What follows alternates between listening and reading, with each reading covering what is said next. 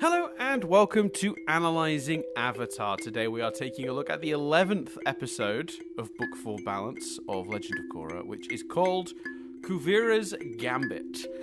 This is actually a little side piece of triv, not triv, just a little side thing. This is the 50th overall episode of Korra. So we've done 50 episodes of Korra now. Look at us. Who'd have thought, eh? Not me. Yeah.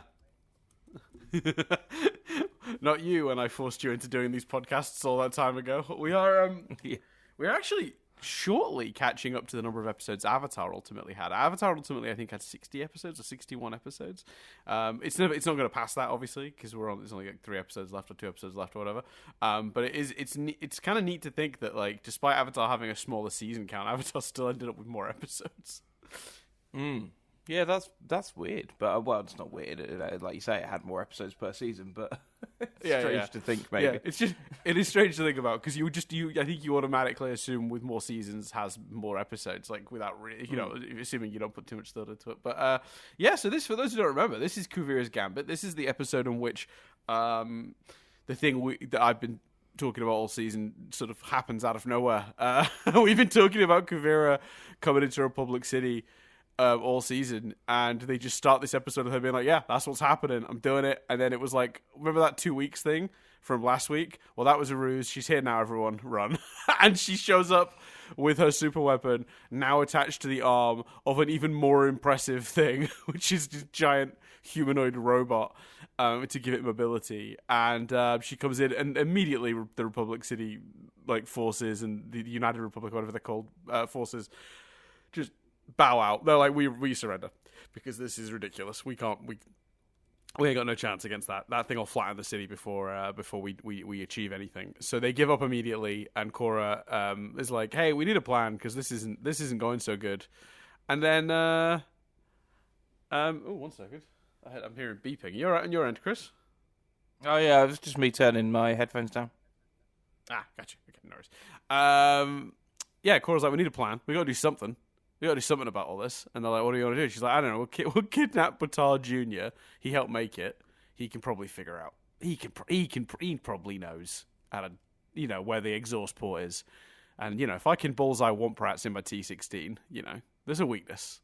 Let's take down this Death Star. So they kidnap Avatar Jr. and he's like, yeah, I'm not going to tell you, obviously. I'm on Kuvira's side. And they're like, oh, yeah. And they quickly realize threats aren't going to work because the 2 people threatening him are the Avatar and his mother. So, they run out of options real quick. So in the end, they decide, what we'll do, we'll just threaten to keep you away from Kuvira forever. You'll never see your love again. And that makes him be like, hey, maybe we need to, work out a surrender or something. And Kuvira's like, no thanks, and tries to blow him, Korra, and everyone up in one foul swoop. Tries to solve her problems at the sacrifice of her loved one.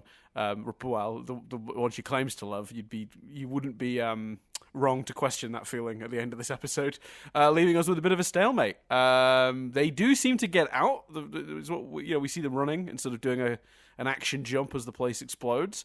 But it ain't looking too good for our heroes. We've got a situation on our hands. So I'll turn it straight over to Chris for just general thoughts, because I am very curious as to how you felt about this episode.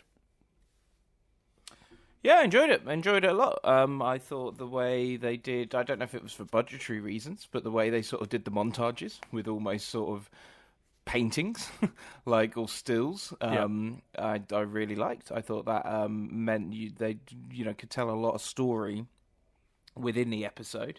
It had a fart gag, which I'm looking forward to hearing your reaction to. But I enjoyed it. I thought it ramped up the action. I thought it had loads of great actions. Again, saving the budget for these last episodes when you actually see them and you see, the giant robot suit kicking ass and stuff. You go, okay, worth spending the money.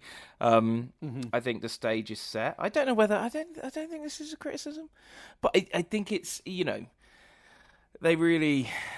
I could be wrong, but they really laid out where the finale is going in this episode by, making the plan. So, because, I assume he's not happy because she turned against him, so he's going to turn against her. That would be my assumption. And I feel like they kind of made that very clear or obvious with this episode, but I don't know if that's necessarily a criticism. Certainly didn't affect my enjoyment of watching the episode. I thought the Venny Poos and oh no, it's not Venny Poos. Yeah, no, it is Venny Poos, isn't it? Yeah, and Julie. Yeah, and Julie. I thought that. Yeah, Varric and Julie. Yeah. Yeah, I thought Venny Poos and Julie was done very well. I enjoyed that. I enjoyed that moment. So yeah, all in all, there was a lot to enjoy, and enjoy it I did. What about you?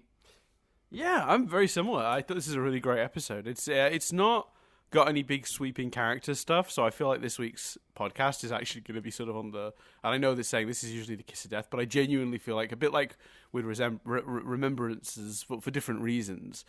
Like in terms of stuff to discuss, this is a very plot episode. There are only a couple of hints to character stuff and wider stuff, so we can really only take this at the events that occur in it. But the events that occurred in it were logical. There was some tension. I think there's a couple of missed opportunities to increase tension, but nothing crazy. So yeah, I don't feel like I have anything I don't have anything really massive to criticize the episode for.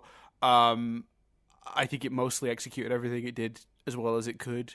And I think what they were doing is smart. I think because this is becoming like an issue of it's sort of they're almost Star Trekking it, because Star Trek had a habit of like whenever a big war was about to happen, it actually coming down to a lot of people having conversations and the war never actually occurring. Now, partly that was budgetary, but partly it's because Roddenberry's vision for the future was about a civilization where people have sort of like. They're smart enough to know that talking through your problems is probably better than immediately resorting to violence. And that doesn't mean the Federation didn't bump into other non-Federation planets out there with beings on them that were quick to jump to their triggers, but it meant that like our lead characters would always try and talk through the issues rather than get violent. And while Kuvira has immediately shown up with blow stuff up, Korra's plan, I feel like, was about reaching someone, and whether by force or not, or we can debate her tactic once she actually got in the room with Bataar Jr. to death. We could talk about whether that was the right way to play it or not. The idea of we could just kidnap someone important to this and sort of ask them to help us take this down, so we can do it in the way that hurts the least people. Play smart rather than just like run straight in guns a-blazing. Because. What's Korra going to do against that big machine? She's burnt its toe. Congrats. So I think it's a really smart way to handle it. I think the threat of Kuvira in that thing it seems pretty insurmountable right now. That thing doesn't seem defeatable, and the fact that the heroes went to that tactic is smart. So I like the way all the stories played out. On your point, I thought something really interesting you talked about there was like that potential predictability for a Bataar Jr., in the next episode, whether he's gonna, essentially, and I'll be honest, this is my first thought watching the episode also, the notion that, well, she's just kind of, he was like willing to give everything up for her, and whether she loves him or not, and we'll talk about that later, she was still willing to give him up for her goal. She may still very well genuinely love him, but the goal still came first in that moment, right? Her goal of uniting the Earth Empire. So you're right in thinking that maybe next week we're going to do Bataar. She's done, she should, shoot to kill or you're screwed here, because Bataar will now potentially spill those secrets. I'm not sure I think it affects this episode, because it is kind of me thinking ahead with that as an issue.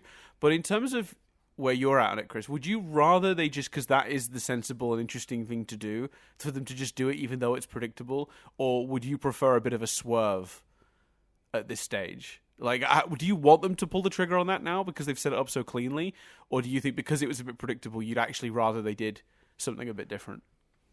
No, I'm happy for them to do that. Like, that's fine. Like, I think as long as they execute it well, I've got no issue with that. I think they, they have executed it well.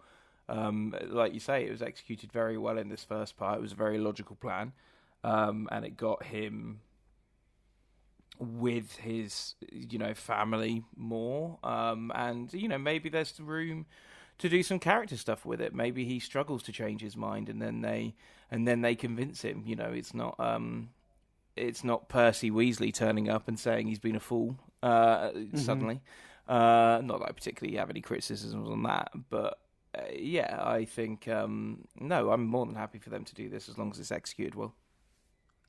Yeah, I think that's what it comes down to, isn't it? I think with anything like this, it's like we've talked before about sometimes the obvious story beat is the obvious story beat is because it's what you've built and it's what makes most sense for the character. So it's obvious because it is the right thing to do, and sometimes you've just got to pull the trigger on that and make the execution good. I guess my biggest, and this is one of those things where this is not a criticism, really, in real terms. I just want to make this clear that I really enjoyed this episode. Did exactly what it needed to do with 2 episodes left to go. I think this is a perfect sort of setup for our final 2 episodes. Loads of tension, all that stuff. Thumbs up, thumbs up, thumbs up, all that jazz. But the closest I came to criticism was, I think, considering the idea of a super weapon mounted on a robot that big, I really do wish they'd spent more time on the scene that introduced it. So there's like an encampment, like a lookout that Republic City has outside of the boundaries of the city. It's just like a small base. And those guys are like on the radio, like, well, we can't see no sign of Kuvira's troops yet. They're still a ways away. And then like the smoke, there's like mist on the hill, and you see the shadow of the thing, and then it comes through, and then it blows them away. It's a really great scene. In execution, though, it's just a little quick, and I just don't think you get a sense of the devastation of the thing, or the immense scale of it, or like exactly how fucked the heroes are in that moment. And I feel like, having recently watched, I say recently, like, you know, a couple months ago, I watched X-Men 95 or 97, sorry, where they did that episode. It was around episode 5 or 6, where there was a sort of super weapon that turned up and did a huge amount of devastation in sort of the middle of the season, and how dramatic that was played. I couldn't help but watch this and think, couldn't you have just given this like 20, 30 more seconds, or like an extra minute? Just snip some of the hot, the hot potatoing later on. I don't need all the goofy scenes of, we can't find Batar on this plane, he's just gone. Like, I could have just, like, they could have just shown up and been like, yeah, we don't know where he is. Like, there was a lot of that. Like, snip some of that out and do some more building up of the robot being scary. Do you not think they do that when he destroys, like, all their ships? Or when they destroy... So I don't know why I don't know why well, I guess I do know why I've gendered a big, tall, killing machine as a man, but I probably shouldn't have. Do you not think they showcase its abilities when they just destroy all the ships instantly? They do, and I think both scenes do showcase its abilities. Like, I do think they establish it as a threat. I guess what I'm saying is, there wasn't enough, like, on the ground devastation, maybe, and not enough fear of the people dealing with it. Like, we just get this very sort of, like, zoomed out view of boats burning, and you do see one shot where there's some people stood on the top of a boat that's sinking, but, like, from their perspective, the sort of horror of this thing looming over them would have been real good. Like, it would have basically, if we got like 80% to convincing me at how much of a threat this thing is, that would have pushed it to 100. It's that, if there's that, and it's small details. It's just about choosing a couple extra shots of the people on the receiving end of the devastation, suffering at its hands, running from it before it fires. Think Godzilla. Think like a Godzilla movie, like a kaiju movie. They do a lot of human drama in those movies because Godzilla is scarier from the ground, right? If there's a character you're following and they're being like loomed over in the shadow of this insane thing, and then it shoots its weapon and there's destruction all around them, and I know you can't go as far, Nickelodeon, as bodies strewn around, but like, just the cutting around of that here, or the time spent. I mean, even the moment it emerged out of the mist in the very first shot, just stretching that out for another 10 seconds, the reveal, the hovering on it, could have just given it more importance, more scale. I don't know. It just felt like They're just like, and here it is, and it's doing the thing, and you know the thing is scary, and you know the thing is dangerous, but they've done basically the bare minimum to convince me of that. The idea is doing a lot of the work there, not the actual, like, what's happening is doing the work, not the filmmaking. I guess that's really what I'm coming down to. I think, like, just the way they animated it, the way they could have really made it seem a lot, even more menacing than they managed to. And I agree that on paper, this thing is a clear threat, and I totally understand immediately why the mayor was just like, and we're giving up. They did enough to convince me of its threat, but I just feel like they could have done more. And I feel like this would have been the episode to do it, because presumably the next 2 episodes are going to be about potentially taking that thing down. So yeah, I don't know. I just feel like there was more to be done than there was. And I think I am really more thinking about the actual shot choices rather than the story choices. Because you're right. What it physically does is devastating and immediate and terrifying. But I guess a bit more maybe dramatic music, some darker shots, some lower shots angled about it, and some more shots of the people on the ground suffering at its hands would have really sold it more for me, at least. And that's just maybe me coming though from my perspective as a kaiju movie nerd. You know, I do love me a Godzilla movie, so maybe that's just me wanting them to do that because I know how effective that can be in those movies. Yeah, that makes sense. No, that all makes sense. And I think it. Yeah, I didn't feel it watching it, but I understand what you're saying. Yeah, and again, I did to reiterate, the start of my point, I was like, it's not a huge issue. It's absolutely. It's an extra thing they could have done that would have really like made this go from like a really good episode to like an absolutely astounding, like, you know, like top tier episode, like, you know, the difference between good and great, I guess, but like it's still really really good episode. Let's pick up some of the little character beats, because I picked up on just a couple of small character beats from this episode that I liked a lot. And we'll do. There's 3 of them. So there's a Korra character beat with her and Tenzin. There's a Prince Wu character beat, which we'll come back to, and then the one that I want to start with is Varric and Julie. So for those who don't remember, because I didn't include this in my recap, Julie and Varric are reunited. It's a very sweet moment, immediately ruined by Varric being like, now get back to work, which is obviously exactly what he would do, and I love it.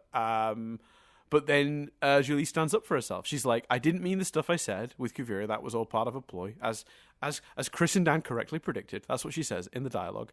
As Chris and Dan correctly predicted, I was always on the good guy's side. This was all just me being smart and getting on the inside so I could, you know, hinder blah, blah, blah.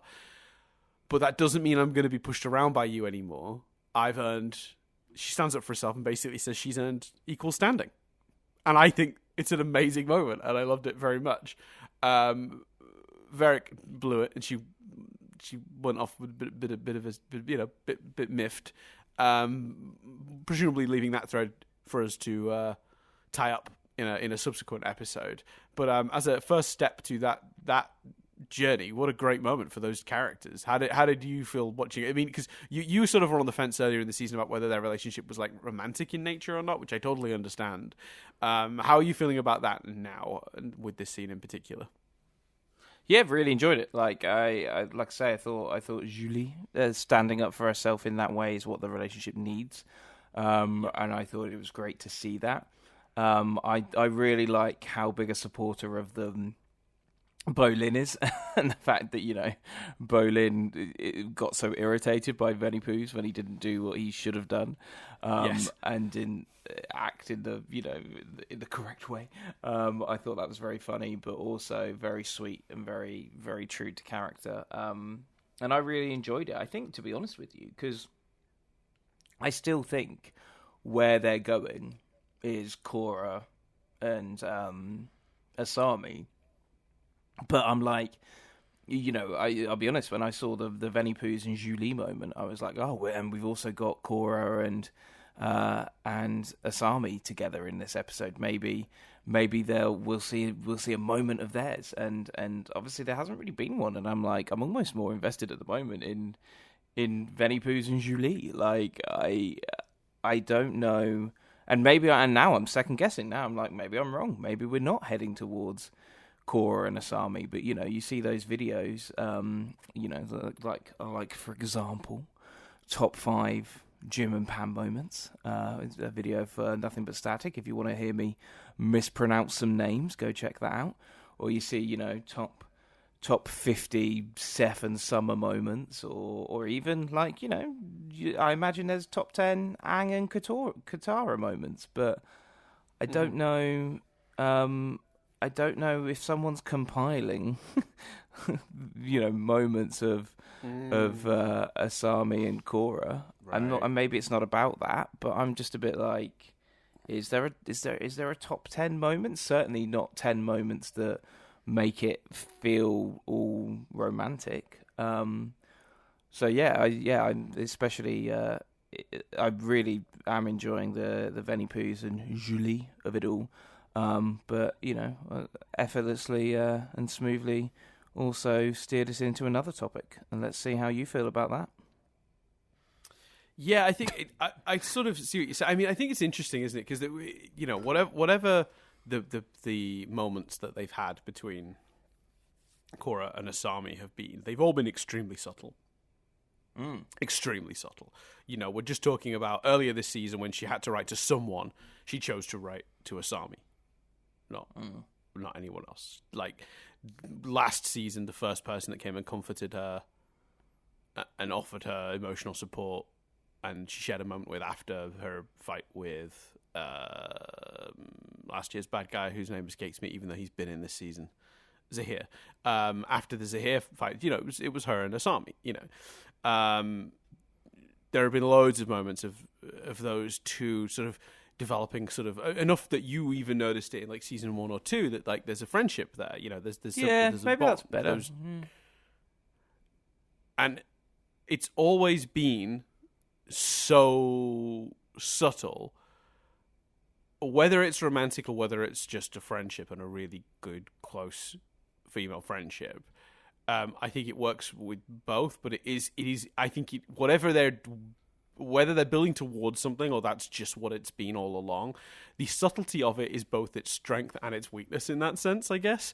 Because I think what's good about it is how it's been there in the little finer details rather than the big sweeping moments. And like just little choices, like who Korra might give a hug to first when she lands. There was a moment, was it earlier this season or middle of last season, when they gave each other a compliment and there was a little blushing, and it was just tiny little thing. Like, oh, you changed your hair, it looks nice or whatever. Like it was minuscule. And again, we spot it doing a hour-long analysis of a 20-minute episode every week. But like to the casual viewer, it would just seem like simple relationship building of any kind. Like it would work that way. But I kind of like that about whatever it is, because I'm not gonna say the way whether this is like just a thing that never goes anywhere, and it's just that's the whole point, was that they were just really good friends, they were very close, or if it's they ride off into the sunset together like an old western on a horseback. Either way, like I do kind of respect the choice to keep it subtle. Because it almost feels, and I don't want to disparage a bunch of amazing shows that have done much bolder, more obvious storytelling with love stories, like Jim and Pam's or whatever. But there is something I think harder to do.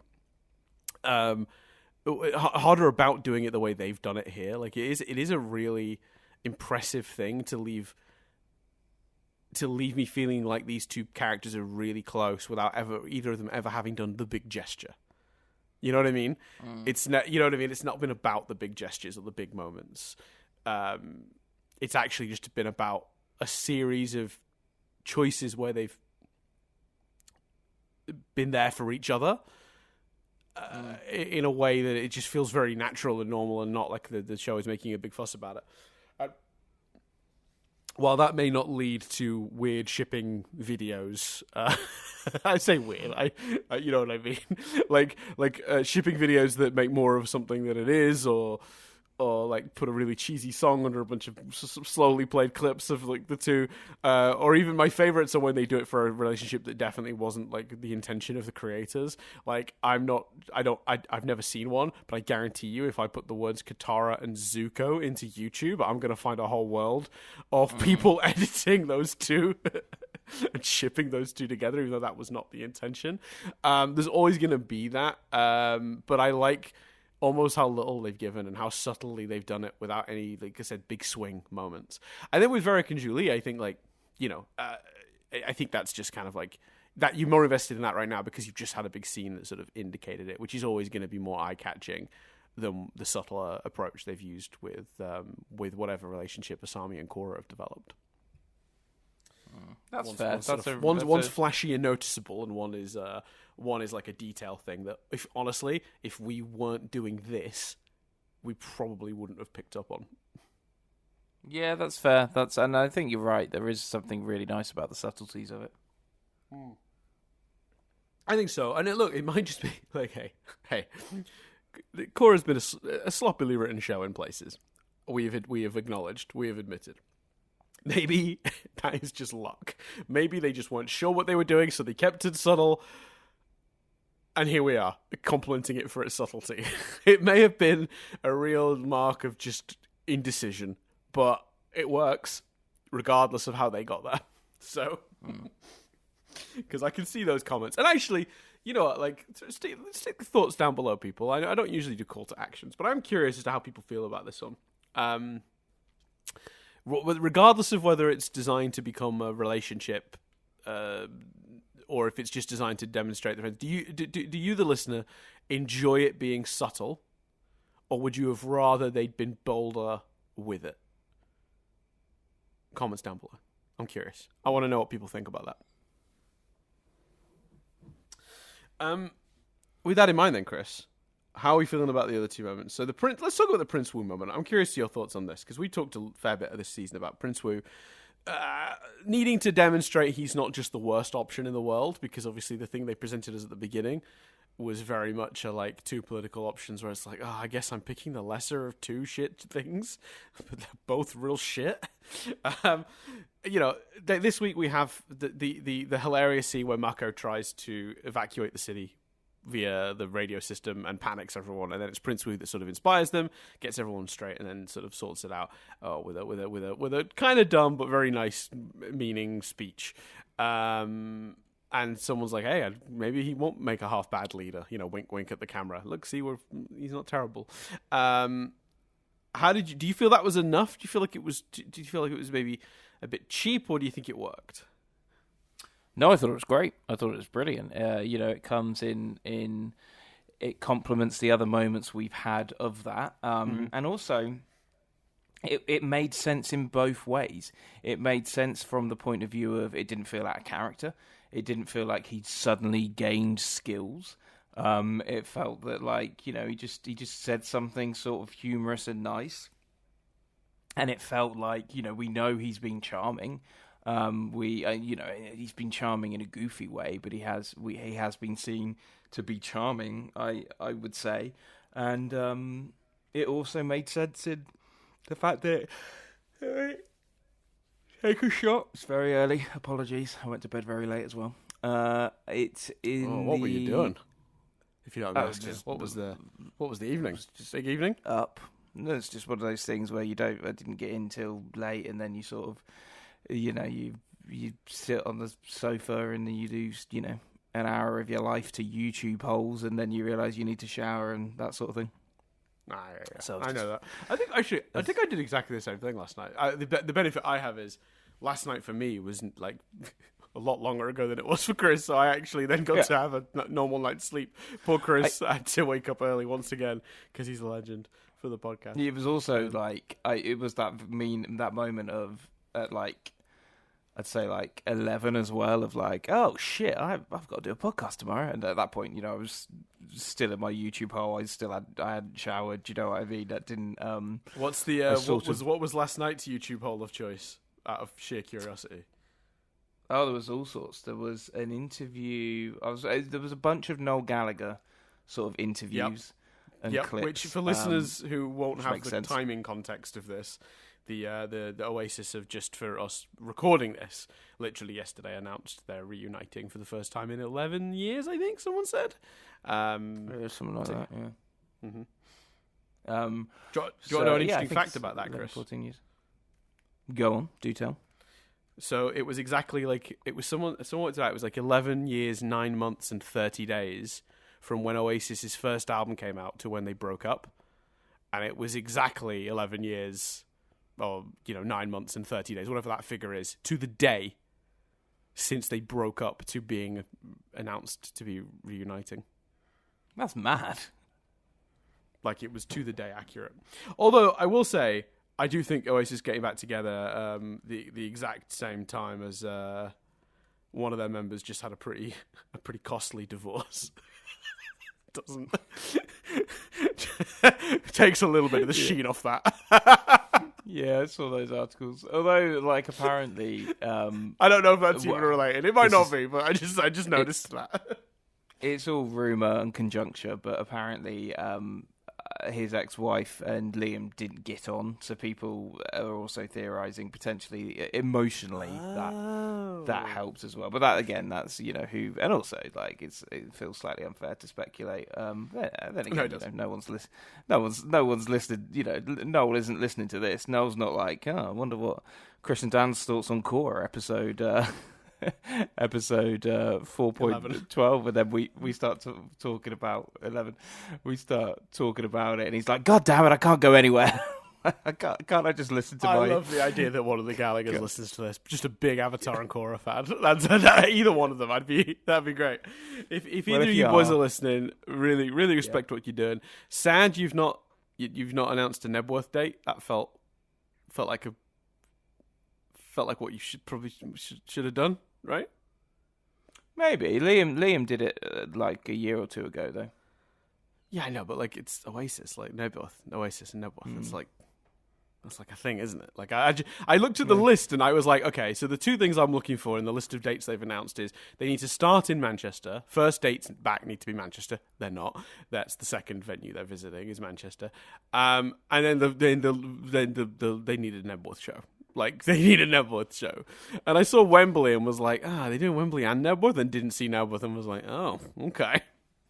That's disappointing. Yeah, I looked at the list and was like, the thing I was looking for was like, are there massive chunky gaps between dates where they're blatantly going to add more shows? Like, why are they starting with 14? Like, clearly, surely they're gonna. So I just thought that was like, we're just we're old men now. We need some home time with our families, but we're older now. We don't want to be on the road all year. I thought the gaps might be for that, but now you've said that, I'm thinking, you're probably right? There's probably going to be a ton of extra shows thrown in. Yeah, I might be wrong, but that would be my my theory. Anyway, anyway, we're very, very off topic. And also, by the time anyone's listening to this, deeply out of date. Like 10 weeks ago, this happened. Well, for the listeners, they've probably called it off by the time people are listening to this. But... Yeah. I did say that to Nadia. I said, how nervous would you be if you if you'd bought tickets to this, you were a huge fan, like an absolutely massive fan, it'd been your life dream to see them back together. Like, you buy those tickets on Saturday or whenever they go on sale, and like the anxiety you're gonna feel between the day you buy the ticket and literally them stepping on stage. Where you're just like, at any minute this could be cancelled. Anyway. Yeah, absolutely. I was in the middle of... people are going to be so annoyed because I was in the middle of saying... Oh, yeah, so The Prince. Yeah, I thought it was great. I thought it was really good. Yeah. I think it worked. I was worried it was a bit sort of quick and easy, maybe, of a way of telling me that he's doing well now, but they got away with it, I think. Yeah, I think so, and that's the point I was making. I think that it felt the perfect balance of, it didn't feel out of character, but it also felt like it made sense as to why it would inspire people. Yeah, I think so. And again, a bit simple and easy, but it is what it is. What was the other moment you wanted to discuss? And then I've got a question for you. Oh, love a question. Well, I was just curious about your thoughts on. So last week we talked about like one of the storylines from last week was kind of Korra feeling a bit like no one really trusted her anymore. Like when she had an idea of how to rescue the people from the spirit wilds. Tenzin was like, I don't know about that. Zahir, that's a dangerous plan. Like, maybe let's not do that. And she's like, why is no one like giving me the benefit of the doubt here? Like, I am the Avatar. Like, not to sound arrogant, but maybe a little bit of trust would be good. And obviously she did it in the end, and it worked out. And then this week we had a moment where she was back with Tenzin, right after the mayor guy had like given up, and she explained her plan of stealing Batar Jr. And there's like a pause where Tenzin kind of goes, he almost does like a Tina from Bob's Burgers, like that, like a, I don't know about that plan. And then she's like, you got, she doesn't say this, but she's basically like, you got something to say? Tenzin, master of air, come on, let's hear it. How you don't trust me and you think it's a terrible plan. She doesn't say that, but something she sort of implies, maybe like, you're not sure of this? And he's like, no, I support what you're doing. I think it's worth a try. Like, what else are we got to do? And they go for it. I just thought it was an interesting character moment compared to last week, because it's clear Tenzin's still unsure, but I do think it's interesting that he made the choice to just go along with it this time, having experienced last week where he doubted her and then her plan worked. So I don't know if you had any thoughts on that. I hadn't even noticed. So no thoughts. But I think it's I think it's interesting if that's sort of the end of. I think I'd form more thoughts on that when I know where it's gone and whether they come back to it, whether they explore it again. You know what I mean?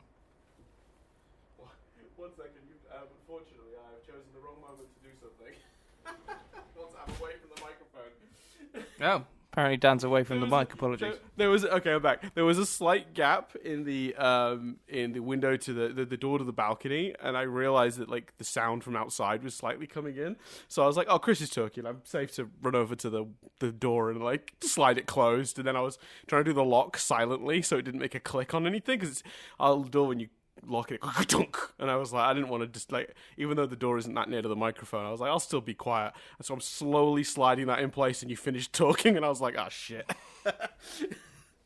Sorry, I'm back. Apologies. I think for you me, passed it to me on that one, I think, somewhere. It depends. It depends on how it goes for me, I think, and whether if they don't do any more with that idea of no one trusting her, I think I'll be a bit like, well, that feels a bit like a waste of time. But if they do, then the moment from this episode would have added to it. Yeah, because I guess the premise last week was like she felt that way. It didn't really mean that was the case, I guess. So I guess here this week it was more about like she immediately jumped on, hey, you don't trust me? You're not going to go with the plan? And he was like, no, we'll do the plan. And I wondered if like the idea was like more about demonstrating to Korra that strength, that unity, that loyalty. Like, well, no, we're in it with you. I mean, her plan worked out well enough, I guess.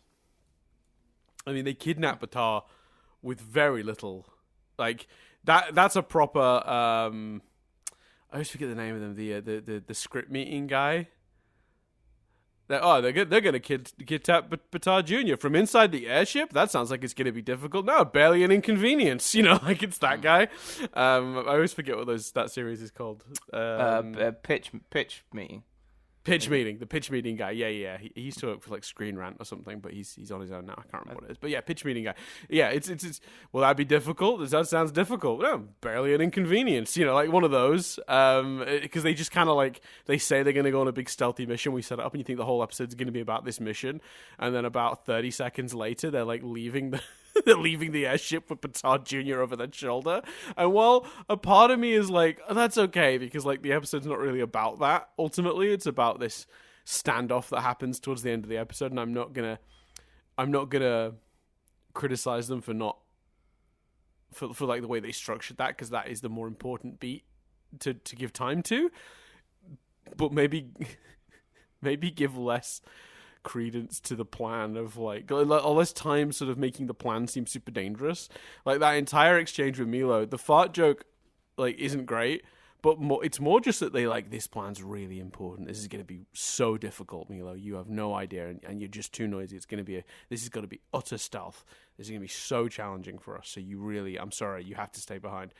And then it's like 2 seconds later, like, we're back. It's like they popped to the shops, but they came back with a Batar Jr. It was very strange. I get it. Like, not how else do you do this?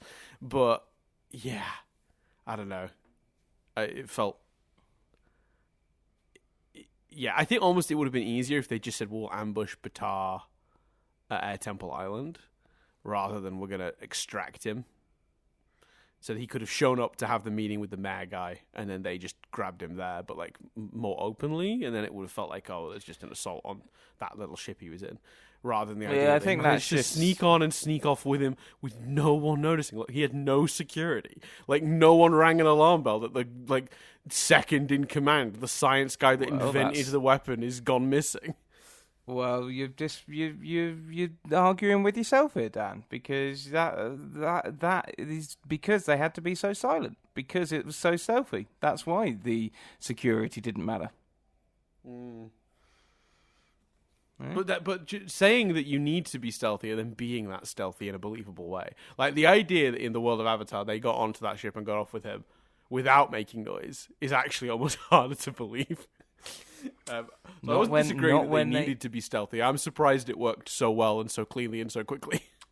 I think, well, but they set up. It wouldn't have worked if the farty kid was there. That's the point. Milo. But they said it would be easy. No, so they made it out to be hard, and it seemed super easy for them. Was my point, I suppose. No, it was super easy because they put the hard work into prioritizing how stealthy they needed to be. They were like, this mission will be so easy if we just leave this little shit behind. And they pointed at Milo. I didn't care for the fart. I didn't care for the fart joke. No, of course you did. Yeah. No, I figured. And to be honest with you, I enjoyed the fart joke, but mainly because I knew it was going to wind you up. I knew that was coming. That's fair. That was my main enjoyment. Here's a question before we do the thing. I feel like you could argue, and I don't think I necessarily would say it's negatively impacted personally, but I don't know if it's because it's early in the morning, but there is a shit ton of birds going past the window. That was a full-on flock. Anyway, I can't tell you. And apparently everyone, I'm the one that's obsessed with birds. Well, I wouldn't have even mentioned it were I not talking to you. But I thought you'd. You're like, Dan will be interested. What kind of birds? But and here we've stumbled across the problem, which is I don't know. Are we talking pigeon-sized, bigger, smaller? Are we talking little cheap guys, or are we talking big beefy guys? I don't know, like just regular bird-sized birds. Black feathers by the looks of it. I don't know. Anyway, it could be crows. It could be crows. I don't think I'm moving away from the birds, just to pre-warn you. I think you could argue that we've spent less time with the villain this year, especially if you compare it to last year, where we knew very cleanly their motivations, we knew who they were with, we knew why they were doing it. We had some sort of dramatic scenes between them and Korra. I don't think we've had that as much this year. Do you think that has affected how you feel about her character? It's a good question. I think we've got a really, really strong sense of Kuvira's ideology, politically speaking, and that is enough to have motivated me. And I don't think this is intentional, but what I did kind of end up enjoying about the way they've set up Kuvira is actually, by not going too much into the personal, my relationship to Kuvira resembles my relationship to a real-life politician, where all I know about them is the ideology, right? And I'm not saying that's design, because I mean that, you know, it's a kid show ultimately, and I just think that's a really specific thing, and I can imagine trying to pitch that to Nickelodeon. So what we're going to do, we're going to make a villain that's going to have the effect on the viewer of being familiar with a politician, where you know about their ideology and their policy, but you don't really know too much about who they are as a person. And it's like, what? You know, that wouldn't go down well, I don't think, as even a pitch. But I think that is the effect they've created. I really do understand her motives in terms of her ideological belief and her belief that the Earth Kingdom needs to be ruled, and it needs to be ruled firmly and united, and while you're right, I don't know a huge amount personally about her, It hasn't really, because what she's doing is still so obviously negative for the world at large. It still made me feel the threat of her. And I think that's been more than enough to motivate my interest in the story. Because I guess what happens when you got a weak villain, in the sense of the character and like not really feeling like they're just being evil for the sake of being evil, is, you know, you become disengaged, I think, because it's just like, okay, they're just being evil for the sake of being evil. The good guy will stop them eventually. I think when you've got a really compelling villain, it's because I at least understand where they're coming from, and there are different ways you can do that. I think one of them is like they've got a personal investment, like the Kingpin in Spider-Man Spider-Verse, Across the Spider-Verse, Into the Spider-Verse, whatever the first one was called. His goal of getting his lost love back by breaking the dimension between barriers down. That's a very personal goal. But I understood why he was making his choices.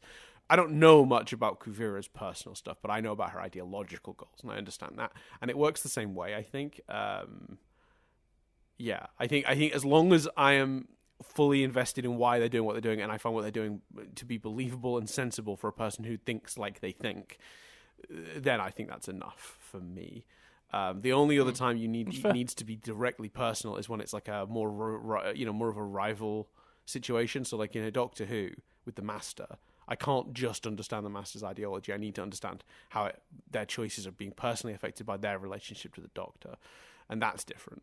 And then you need personal, because that's a relationship that's fueled by their history, their personal history with each other. Yeah. And we did that last year a bit with Zahir, because Zahir had a personal situation, because obviously his affinity for air nomads and airbending, and Korra's affinity with the Air Nation and wanting to save the Air Nation sort of almost butted heads in a really interesting way. We've done something very different this year, but it's a really interesting question. I wonder if by asking it, you were sort of thinking about that yourself. How did you feel on that subject? Because I imagine by asking it's because you weren't sure how you felt about how much we knew about Kuvira. No, like I said, when asking it, I don't think it's necessarily a problem. I don't think I knew why it was a problem, why I didn't feel it was a problem, and I think your summary of we know their ideologies, and also in a way, we did the sort of intense scenes between Villain and Korra last year. So no, I no, it didn't bother me. It was just an observation I had at the beginning of the episode as we sort of zoomed into her ship. I was like, oh, we've not spent much time with the villain, and also I wouldn't want to at the expense of the scenes with Toph or that storyline. I don't know what I would take out, apart from obviously the clip show, I guess, which, we've discussed that in terms of like budgetary reasons and all of that stuff. So, yeah, I think, I do genuinely think it's fine. I was just, it was just a question that struck me. Yeah, and I think it's a very good question and a very smart observation as well for a show that has done so many quite personal villains with like real character connections to Korra.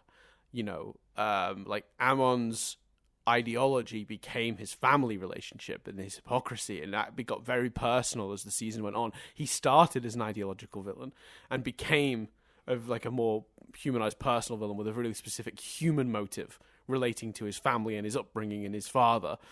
And for the second season, we had a villain whose ideology was the start of it, and then became personal in the sense of his relationship to Korra and her family and her father, and how they're back, and how those two, because he was literally like her uncle, I don't know how that works he was her uncle, like he was the brother of her dad, so he was her uncle. But it's, that was a really interesting relationship that developed across then as well. That became personal the more it went on. And he also took on a mentor role for her in the early parts of the season, which again made it very personal. So, Kuvira definitely sets aside from the other villains this show has had, in that she doesn't have a personal reason to feel the way she does beyond just that is her ideology, and she doesn't have a personal hatred or vendetta with Korra other than that Korra is in her way. And she even said, I think in the Zhao Fu episode, like, I have no problem with you being out there, Avatar. You go and you be the, the being of balance, deal with your spirit stuff, whatever. I don't care. Just stay out of Earth Kingdom business. She doesn't have a personal vendetta against Korra. She just doesn't want anyone standing in her way and will stop them should they. And because Korra's doing that, Korra is now in the firing line. And that really makes Kuvira an extremely different villain to the three we've had prior. So yeah, you are correct to have observed it. It is a hugely different approach. It's working for me though, I think, and it also means we can focus more on Korra. I think it's because we're not having to spend scenes doing Kuvira's sad childhood flashbacks. I like, to be frank, I don't care. You could make me care if they were really compelling. I understand that, but like, let's not take any time away from the character work we're doing with Korra and the other guys this year. That's more important to me in the final season, I think. Yeah, agreed. Shall we do the thing, Dan? Let me quickly skim and to make sure I haven't got any other notes, actually, because we had quite a loose conversation. I didn't really look at my notes too much. So let me just quickly make sure I didn't miss anything I wanted to talk about. Oh, yeah, we got two little quick things. When we had the city evacuating, we got to see some characters from previous seasons. The homeless guy, who's the very first person from Republic City Korra ever met. That was nice. We saw the wolf bats, the sort of rival pro-bending team from back in the day where the leader was a jerk and then he had his spending taken away and he was all sad. We saw that guy. We saw them getting evacuated. Yeah, there was a few. I thought that was nice. We did obviously see, we didn't hear him speak, but General Iroh was back again. Just nice to see him, even though he didn't get any dialogue. I imagine what's his face is not a cheap actor to bring in, though. The voice, what's his face? The guy, he was the voice of Zuko. I always forget his name. He's very good, but yeah, I've forgotten his name off the top of my head. But yeah, he probably isn't cheap, to be honest. So if it was only ever going to be one line, it's better we just see him, I think. Save the money for the animation. I liked the plan immediately was for Team Avatar to be doing something as a team, which I liked. The controls for the robot, so creative. The big round ball things that like move the joints, and she's metal bending them from the control room. Holy Power Rangers, Mr. Trick Zordon! What a great way to control a giant mech! What a creative idea! Well, maybe that's just me, but yeah, no, I loved that. Yeah, I thought that was great. I'm sorry, I got distracted then because the Power Rangers weren't airbenders, Dan, or metal benders, or benders in general. So Power Rangers couldn't have done that. But yeah, they couldn't have done it with metal bending. I agree, but wouldn't it have been cool if they had the big rolly balls and rolled them around to make the different joints move instead of like handles? Yeah, well, I suppose with Power it was more like levers and stuff, wasn't it? With Power Rangers, it was more like they had a control panel. But yeah. Yeah, although suspiciously, if memory serves, the camera was always framed in a way you couldn't exactly see what their hands were doing. Like when a TV show can't be bothered to like hire someone who can play the piano for a role, so they just sit them behind the piano in a way where you can't see their hands, and then the piano music is just sort of playing. And you kind of vaguely see them moving their arms up and down, so they look like they might be playing the piano, but you never get close enough to actually see the movement. No, but I think, there were weirder editing choices in that show. Yeah, that's true. That's very true. Yeah. I also wanted to go on, sorry. Just the shields changing from clearly fabric to the metal of the original series, the original Zoo Ranger series. Yeah, that's stuff like that. Stuff. I liked that. I liked, but also found it interesting to see Tenzin not in the traditional Airbender robes this episode in the new modern Airbender combat gear. Really freaked me out, but I did enjoy seeing it. It looked wrong to my eye, but it also looked kind of badass. Yeah, hurt my brain, but I liked it. Any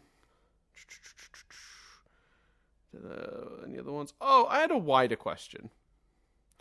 And I don't know if I think we've kind of covered this a little bit, but with there being 2 episodes left, were you surprised and thrown by how early we had Kuvira just arriving in Republic City and wreaking havoc, considering there are still 2 episodes left? Did this not feel like maybe this would have been the conclusion of episode 12 going into 13 rather than the start of episode 11? Or did you think it was sooner than you were anticipating it happening, or did you think it's about right? I think if it means we can explore the character stuff, I think it's about right. You know what I mean? Because 2 more episodes, that says to me we might get a good juggle of action and character stuff. So I'm alright with that. Yeah, I would agree. I didn't mind it either for the same reasons. Let's do the thing then, Chris. Is it too early for you to do it? Shall I do the Triv It Up, or is it? I think so. Yeah, if you do it. No worries. Let's Triv It Up.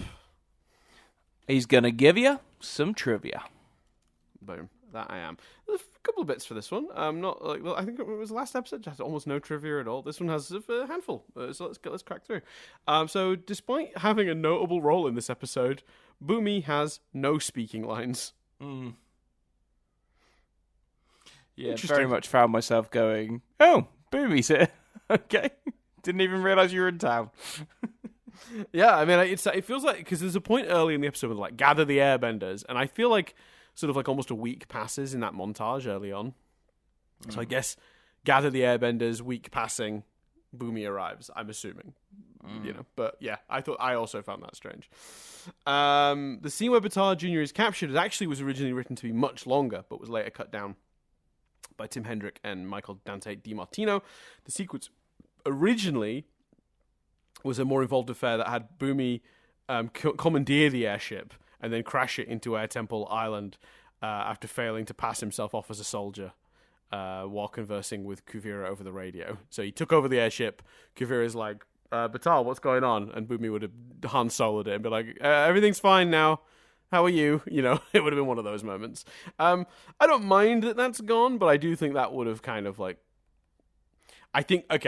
put it this way. That scene existing and then being removed is why I feel like the episode has a sense of a beat being missing there, where it feels like the kidnapping is just almost a little too quick and too easy. Is because it feels like the episode built up to that moment like it was gonna be a beat and then it wasn't.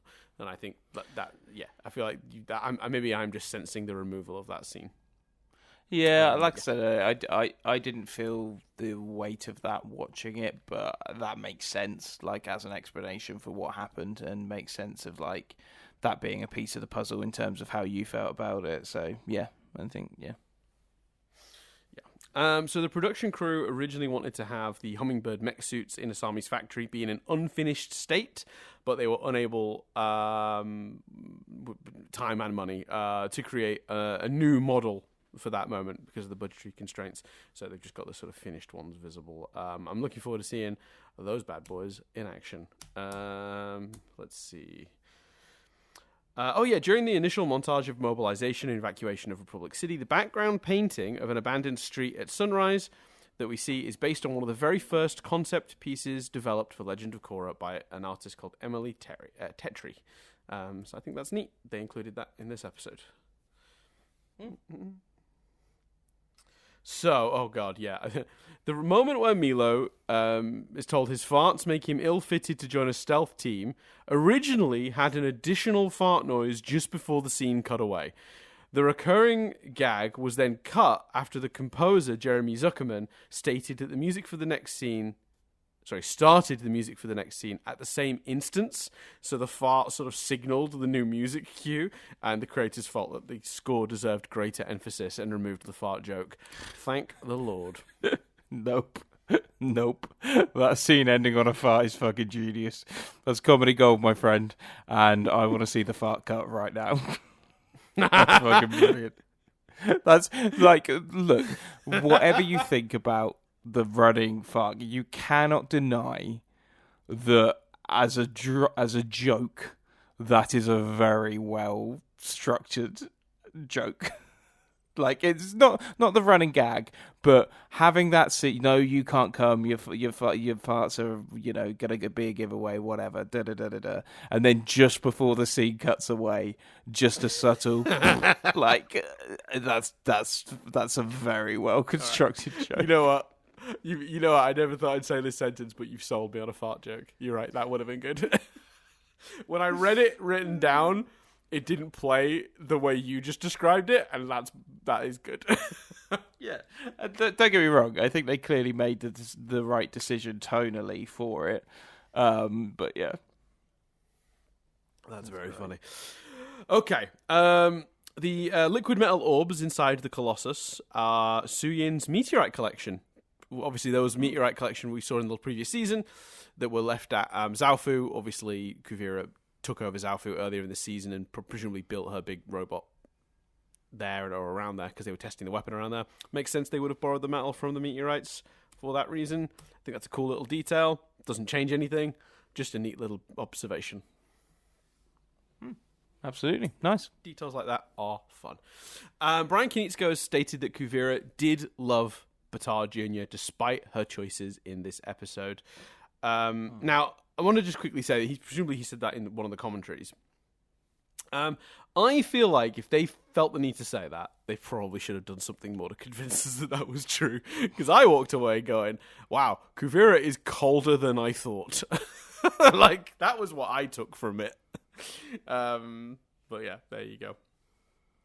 And then, last piece of trivia. Brian Konietzko ships Mako with the female radio operator from the communications room in Republic City. That radio operator is actually also voiced by Maria Bamford, who voices Pema, Tenzin's wife. And she's apparently the radio operator lady apparently appeared previously in an episode called Turning the Tides. So there you go. So that is all of the triv. Ooh, nice. What? Time for? Yeah, that's it. Oh yeah, I've got bit to of do theme feedback? tune, haven't I? A little bit of feedback. We had to start slightly late, and Chris needs to get to work, so he's gonna be very quick. Here's your listener feedback from last week that we didn't get a chance to listen to and respond to, and here it is. And you know what? I was trying to be quick, but I've overcompensated, and it's taken just as long. Hi, and welcome to feedback from last series. As Chris kind of said in his unusual intro, this is where we do feedback that we received during the last series airing that we couldn't, because we record these 10 weeks in advance. I mean, literally, the first episode of this series, the one we're in now, is book 4, just went up on Patreon like a day ago. So we're always about 10 weeks sort of ahead of ourselves on this. Generally speaking, it can be a little more, can be a little less, but that's usually where it hovers. And as a result, we don't get to do feedback as the series rolls out. So we tend to do book 3 feedback in book 4, we do book 2 feedback in book 3, so on and so forth. So here we are with some feedback from book 3. I just thought this was a thematic one for this week because I thought that was quite a dark ending. Kuvira just coldly trying to blow everyone up, including her fiance. But someone mentioned that when we got to the episode last season, where I think this is from the episode where they murdered the Earth Queen, brutally. They said, glad you finally reached this episode. This one has a massive turn to, well, I don't want to say maturity, but geez, it was very much not for children anymore. And that comment comes from Black Gemstone 801, and I just wanted to bring that one up here because I thought that really did indeed match with the ending of this episode being quite dark. Because I feel like if we hadn't, and I know this isn't as dark or as brutal as anything that happened in the previous season. There were 2 or 3 really savage deaths in the previous season. Particularly the one where the metal went round the Sparky Boom Girl's head and then she blew herself up. That one was just chillingly brutal. But the Earth Queen's slow suffocation was tragic too. Nothing here as brutal as that in terms of the imagery or the idea, but I do think it's a really dark notion that someone would happily sacrifice their fiancé for their political success. So I thought that matched. But yeah, great comment. Thank you for adding that. There's not really a question in there. I don't really have much to add to it, but thank you, Black Gemstone, for your thoughts. We appreciate it very much. Great comment. Love it. And a good example of it doesn't always have to be a question. Just give us your thoughts. Mm-hmm. Why not? Yeah, and if anyone's thinking, well, there won't be a season 5, so when are you going to answer those ones? What we'll do, we're going to wait about 10 weeks, let this series end, and then we'll do just a one-off feedback from last series, like special episode, bonus episode, that will stick out for you guys. So if you've got any thoughts, feel free to head over to youtube.com/nothingbutstatic. Nothing but static UK on YouTube, and then find the episode that you've got a thought on. Stick it in the comments. I sort of track as many of them as I can. The ones that are, obviously, if a lot of people say the same thing, and I don't mean you're all repeating each other, but if people happen to make a similar point across different episodes, I may just choose one. I've done that before. But yeah, please, I'll get to as many of them as I can in the special bonus episode when we do that.